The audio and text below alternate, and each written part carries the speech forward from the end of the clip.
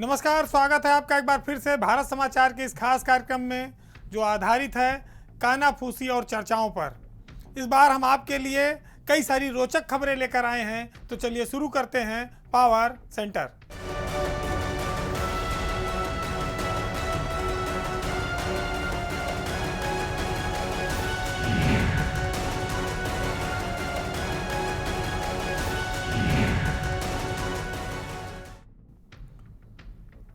UP की सियासत का बस इतना सा फसाना है, बस्ती भी जलानी है, मातम भी मनाना है।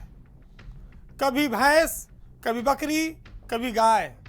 यूपी की राजनीति में ये बड़ी चर्चा में रहते हैं। मंत्रियों का मामला हो तो विवाद ज़्यादा हो जाता है, बड़े आरोप लगते हैं, लेकिन अक्सर उनके मामले में लोग कम बोलते हैं। अंग्रेजों को गए इस देश से 75 से ज़्यादा साल हो गए, लेकिन उनके बनाए हुए कानून, उनके बनाए हुए ओहदे और उन पर बैठने वाले लोग उसी तरह से आज व्यवहार करते हैं। जिलों में खासतौर से डीएम और एसपी ये अपने आप को किसी खुदा से कम नहीं समझते। उनकी हर व्यवस्था आला दर्जे की होनी चाहिए, उम्दा व्यवस्था में वो रहते हैं। बड़े बड़े आवास, कार्यालय, सुख सुविधाएं, गाड़ी, सब कुछ उनकी मर्जी और इच्छा से। वो आधुनिक जमाने के कहा जाए तो देवता की तरह हैं, राजा हैं। बात फतेहपुर की जिला अधिकारी की हो रही है, जिनके पशु प्रेम ने एक बार फिर से उत्तर प्रदेश में काफ़ी चर्चा हासिल की है। डीएम साहिबा की गाय का जो विवाद है वो पूरे प्रदेश में चर्चा का विषय बना, क्योंकि अपूर्वा दुबे जो डीएम हैं उनकी गाय बीमार हो गई थी और उसकी बीमारी के लिए डॉक्टरों की एक पूरी फौज लगा दी गई कि गाय को ना तो कोई तकलीफ हो और ना ही डीएम साहब की भावनाओं को। मामला तब ज़्यादा उछल गया जब फतेहपुर के सीवीओ का जो पत्र था एसके तिवारी का, वो वायरल हो गया, जिसके बाद नैतिकता के आधार पर डीएम की आलोचना शुरू हुई कि जब जिले में करीब 10 डॉक्टर ही हैं पशु चिकित्सा अधिकारी, उसमें से हर दिन के हिसाब से सोम मंगल बुध 7 दिनों के लिए 7 डॉक्टरों की ड्यूटी डीएम के बंगले पर लगा दी गई कि डीएम साहिबा की जो गाय है उसकी बीमारी में कोई कोताही इलाज में न बरती जाए। लेकिन इसी प्रदेश में, उसी जिले में कई सारी ऐसी गौशालाएं हैं जहां गाय बीमार तो क्या, चारे के लिए भी तरस रही हैं। उनका इलाज दूर है, उनको भूसा, घास और चारा नहीं मिल पा रहा है। लेकिन चूंकि डीएम साहब की गाय का मामला है, वो डीएम आवास में रहती है, तो उसके लिए स्पेशल व्यवस्था होनी जरूरी है। अधिकारी भी डर जाते हैं कि डीएम साहिबा नाराज ना हो जाएं, क्योंकि उनका कनेक्शन काफ़ी हाई है, ऊपर तक है। इसलिए उनके पति भी यूपी में आईएएस अफसर हैं, मुख्यमंत्री कार्यालय में वो लंबे समय तक विशेष सचिव रहे, फिर वो बगल के जिले, बहुत बड़े जिले कानपुर नगर के डीएम हैं, विशाख जी। यह पत्र वायरल हुआ, हंगामा मच गया, सरकारी संसाधनों के दुरुपयोग को लेकर डीएम की आलोचना होने लगी। इस पूरे हंगामे पर डीएम साहिबा सामने आई और उन्होंने कहा कि ये जो कार्यवाहक सीवीओ है ये उन्हें बदनाम करना चाहता है। और बात यहीं तक नहीं रुकी, चर्चा इस बात की भी है कि फतेहपुर के सीडीओ से भी अपूर्वा दुबे की नहीं बनती। सीडीओ सत्य प्रकाश और डीएम अपूर्वा दुबे के बीच काफ़ी तनाव चल रहा है, लेकिन चूंकि डीएम सब पर भारी हैं, इसलिए कोई हिम्मत नहीं कर पाता। तो एक गाय को लेकर कितनी सारे विवाद हुए उत्तर प्रदेश की जनता ने देखा और ब्यूरोक्रेसी के लोगों ने भी देखा, लेकिन किसी की हिम्मत नहीं है कुछ कहने और बोलने की। तो सारे नियम कानून छोटे अधिकारियों के लिए होते हैं, बड़े अफसरों के लिए तो सुविधाएं हैं, मौज है, व्यवस्था है और अंग्रेजों के ज़माने के बनाए हुए अधिकार और कानून हैं, जिसका वो सब पर इस्तेमाल करते हैं। उन पर खुद कोई कानून लागू नहीं होता है।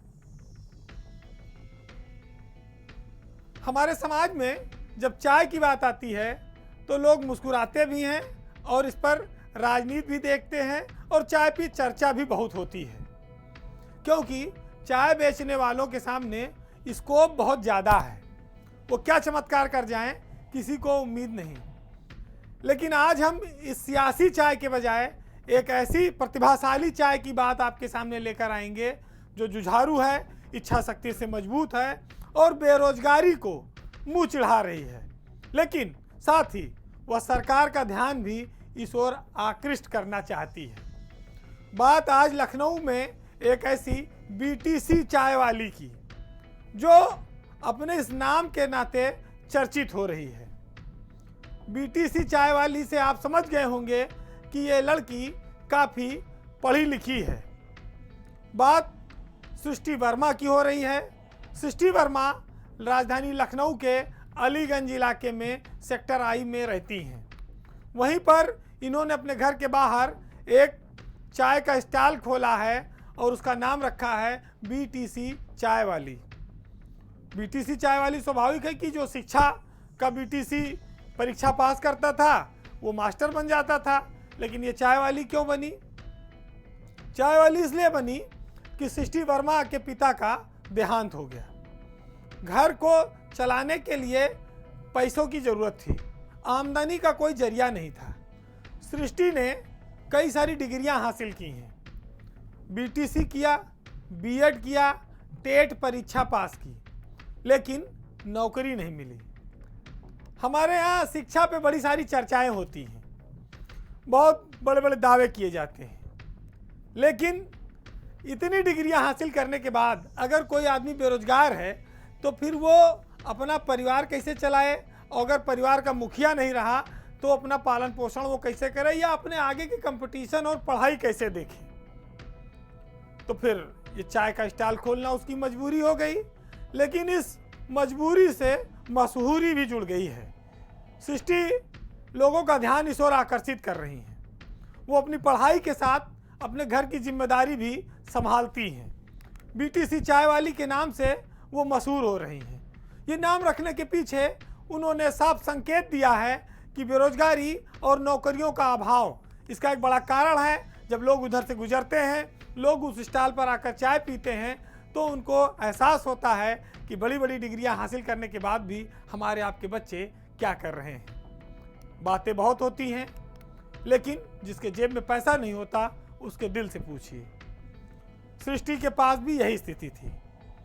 घर में रहना है, कंपटीशन की तैयारी करना है, जीवन यापन भी होना है, तो ऐसे में कोई रास्ता नहीं था। तमाम डिग्रियां लेने के बाद, कंपटीशन क्वालिफाई करने के बाद वो टीचर की नौकरी के लिए इंतज़ार कर रही हैं। अब उन्होंने अपनी दिशा बदली है, अब वो सिविल सर्विस की तैयारी में लग गई हैं, पीसीएस की। तो इसके लिए पूरे दिन वो घर में पढ़ाई करती हैं और शाम को चाय की दुकान चलाती हैं। ये सिर्फ एक प्रेरणा है, एक कहानी है उन बेरोजगारों के लिए जो तमाम डिग्रियां लेकर कंपटीशन पास कर भी नौकरी नहीं पाते हैं। नौकरी जीवन को आर्थिक सुरक्षा देती है, परिवार के लिए भी मदद करती है। वेतन से, ईमानदारी से जो लोग काम करना चाहते हैं नौकरी से, वो इन रास्तों से पढ़ लिख कर आगे आए। लेकिन नौजवानों को निराशा तब होती है जब उनके सामने सारी डिग्रियां हों और उनके पास नौकरी ना हो। सरकारें वेलफेयर की बड़ी बातें करती हैं, बड़ी नौकरियां देने का दावा करती हैं, लेकिन नौकरियों के फार्म तो निकलते हैं, भरे जाते हैं, डिमांड ड्राफ्ट भी लगता है, लेकिन मामला कई बार कोर्ट में उलझ जाता है, वो अपने अंतिम निष्कर्ष तक नहीं पहुंच पाती। तो ऐसे में नौजवान युवक और युवतियों के सामने क्या रास्ता है? कोई चाय की दुकान खोलता है, कोई होटल खोलता है, कोई दुकान खोलता है, कोई कपड़ा बेचता है, कोई गलत रास्ते पर चला जाता है, कोई खेती बाड़ी में रह जाता है। प्रतिभाओं की कमी नहीं है हमारे समाज में, लेकिन ज़रूरत इस बात की है कि सरकार उन प्रतिभाओं को समय समय पर उचित सम्मान देने के लिए नौकरियों के दरवाजे खोलती रहे। जटिलता हमारी ब्यूरोक्रेसी का, हमारी सरकारी तंत्र का एक अनिवार्य अंग बन गया है। सरल लोगों के लिए ये बड़ा कठिन है कि उस जटिलता से कैसे वो पार पाएं, क्योंकि उनको पढ़ाई और कंपटीशन के सिवा ज़्यादा 3-5 आता नहीं। तो फिर रास्ता बचता क्या है? जीवन जब अंधकारमय हो जाए तब वहाँ पर छोटी मोटी किरणों के सहारे बड़े बिरले और हिम्मती लोग होते हैं जो अपना जीवन काटते हैं। सृष्टि के पिता नहीं हैं, उनकी माँ हैं। अपनी माँ और अपना जीवन यापन करने के लिए इस चाय की दुकान से 400, 500, 1000 रुपया वो रोज मुश्किल से कमाती हैं। ऐसे में वो कितने दिन इस जीवन को कैसे चलाएंगी? सरकारी नौकरी से बड़ी उम्मीदें थी, लेकिन वो एक दुआ स्वप्न की तरह है जो सरकार के दावों में, अखबारों में दिखती तो है लेकिन मिलती नहीं। बीजेपी की सरकार में संत कबीर नगर में एक जूता कांड हुआ था, वो आप लोगों को काफ़ी याद होगा। हालांकि वो कई साल पहले हुआ था। अब एक बार फिर से जूता कांड ना सही, लेकिन हाथापाई, कालर पकड़ी पकड़ा शुरू हो गया है। इस बार योगी 2 की सरकार में 2 ताज़ा प्रकरण सामने आए हैं। एक मुरादाबाद में, एक आया है प्रतापगढ़ में। मुरादाबाद में प्रभारी मंत्री जितिन प्रसाद मीटिंग करने गए थे। वहां पर उनके सामने भाजपा के नेता भरी मीटिंग में ही भिड़ गए। एक दूसरे को गाली गलौज करना, पकड़ा पकड़ी करना, कुर्ता फाड़ देने की नौबत आ जाना, ये सब मारपीट मंत्री के सामने होने लगी। मंत्री जितिन प्रसाद नज़र झुका के चुपचाप उठे और अपने कमरे में चले गए। दूसरा वाकया प्रतापगढ़ में बीजेपी की एक बैठक में सामने आया, जहां कार्यकर्ताओं के बीच जमकर मारपीट हुई है और इस मारपीट में कौशाम्बी के सांसद विनोद सोनकर के पियारों को काफ़ी मारा पीटा गया। बीजेपी एक अनुशासन वाली पार्टी है, लेकिन भीड़ ज़्यादा है। और भीड़ ज़्यादा है तो इच्छाएं भी हैं, लोगों की नाराज़गी जनप्रतिनिधियों से भी है और उनके साथ चलने वाले लोगों से भी। जब प्रतापगढ़ में मीटिंग हो रही थी तो वहां पर बीजेपी नेताओं का 2 गुट आपस में इस तरह टकराया कि मारपीट शुरू हो गई, खींचा खांची शुरू हो गई और बवाल मीटिंग हॉल से लेके सड़क तक आ गया। कोई मानने को तैयार नहीं था, जूता चप्पल जम के चले। दूसरा मामला पीडब्ल्यूडी के सर्किट हाउस का है, जहां पर मंत्री जितिन प्रसाद बैठे थे, विधायक रितेश गुप्ता, भाजपा के कई सारे नेता, ये सब लोग बैठे थे। वहां पर भी विकास कार्यों को लेकर बखान चल रहा था। इसी बीच विधायक और बीजेपी पार्टी के पदाधिकारी आपस में उलझ गए और खींचा खांची में एक दूसरे के समर्थक बाहर गाली गलौज और नारेबाजी करने लगे। अब मंत्री के सामने रास्ता क्या रह जाता है? फिर डीएम एसपी आनंद फानन मौके बुलाए गए, किसी तरह से इन लोगों को शांत कराया गया। तो अनुशासन तार तार हो रहा है, लोगों का धैर्य क्यों जवाब दे रहा है, कुर्ता फटने की नौबत क्यों आ रही है, ये जो अनुशासन वाली पार्टी है उसको देखना होगा। कार्यकर्ताओं को ये लगता है कि हम तो सूखा बैठे हैं, सामने वाला हलवा पूड़ी खा रहा है, तो उसको आक्रोश तो आएगा ही। और मंत्री के सामने मीटिंग में जब मुद्दा उठा तो जो ताकतवर है वो गुर्राएगा और गुर्राने के बाद फिर ये जूता चप्पल चलना अब आम बात होने लगी है। इस पर कंट्रोल करना होगा, क्योंकि इससे बड़ी फजीहत भी होती है, बड़ी जगहसाई होती है। विपक्ष को मौका मिलता है कि वो भाजपा की आलोचना करे कि इनके नेता आपस में जूतम पैजार करने को तैयार हैं। हालांकि जब संत कबीर नगर में जूता कांड हुआ था तो बड़ी चर्चा में रहा था। उस समय एक साहित्यकार ने लिखा कि रहीमन जूता राखिए पालिश से चमका है और ना जाने किस बैठक में लेन देन हो जाए। तो वो परंपरा चली आ रही है, अभी शायद उस पर अंकुश नहीं लग पाया है। योगी सरकार का पार्ट 2 शुरू हुए लगभग 3 महीना होने वाला है, लेकिन यूपी के वरिष्ठ आईएएस अफसर अचानक से दिल्ली का रुख करने लगे हैं। एक बहुत बड़ी संख्या इसमें शामिल है। अब ताज़ा मामला कुछ और अफसरों का आ गया है जिन्होंने दिल्ली की ओर रुख करने का मन बना लिया है। कुछ दिनों पहले बात आई थी अनीता मेश्राम की, मुकेश मेश्राम, धीरज साहू। ये लोग दिल्ली में इम्पैनलमेंट हो गए थे केंद्र सरकार में और उसके बाद फिर ये सारे लोग इनकी पोस्टिंग आ गई और उसमें से अनीता मेश्राम दिल्ली रवाना भी हो गई, यूपी से वो चली गई। उससे पहले एसीएस वित्त राधा एस चौहान वो दिल्ली गई और भारत में इस समय डीओपीटी में ब्यूरोक्रेसी के बहुत बड़े पद पर, सेक्रेटरी पद पर वो तैनात हैं। एक तरह से कहा जाए पूरे देश के आईएएस अफसरों की वो बॉस हैं। फिर आता है नंबर धीरज साहू और मुकेश मेश्राम का। 1995 बैच के ये दोनों अफसर भी अब केंद्र में जाने की तैयारी में हैं। हो सकता है तो आगे वाले सप्ताह में वो निकल जाएं। लेकिन इसी बीच कुछ और नाम सामने आ गए हैं, जिसमें प्रमुख सचिव सिंचाई अनिल गर्ग और प्रमुख सचिव तकनीकी शिक्षा सुभाष चंद्र शर्मा भी शामिल हैं। 1996 बैच के ये अधिकारी केंद्र में इम्पैनलमेंट की ओर बढ़ रहे हैं। ये भी देर सवेर यूपी से केंद्र की ओर रवाना होना चाहते हैं। हैरत की बात यह है कि 1996 बैच का जो अफसर हैं उनमें से 4 पहले से प्रतिनियुक्ति पर हैं, जिसमें नीतीश्वर कुमार, हेकाली झिमोमी, अनीता मेश्राम, ये सारे नाम हैं। देवराज जो पावर कॉरपोरेशन के चेयरमैन हैं वो भी इम्पैनलमेंट हो चुके हैं काफ़ी पहले, हालांकि उनकी पोस्टिंग अभी नहीं आई है। सीनियर आईएएस अफसरों के दिल्ली जाने के चलते यूपी में एक एक अफसर पर कई चार्ज बढ़ते जा रहे हैं।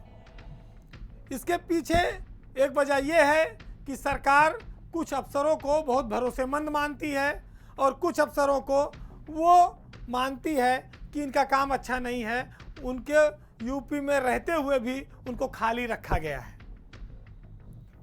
एक और नया मामला आया है कि प्रमुख सचिव और एसीएस के बजाय सरकार कुछ सचिवों पर भी दांव लगा रही है। जैसे 2 नाम आप देख सकते हैं जिनको स्वतंत्र रूप से जिम्मेदारी दी गई है। उसमें पहला नाम है मुख्यमंत्री के सचिव रहे आलोक कुमार थर्ड का, जिन्हें नियोजन विभाग का, साइंस टेक्नोलॉजी का और यूपी को 10 खरब डॉलर की अर्थव्यवस्था बनाने का स्वतंत्र चार्ज सौंपा गया है, टास्क सौंपा गया है। आलोक कुमार सचिव रैंक में हैं, उनके ऊपर अगर आप देखेंगे तो प्रमुख सचिव और एसीएस होने चाहिए, लेकिन उन्हें स्वतंत्र रूप से सारे विभाग दिए गए हैं।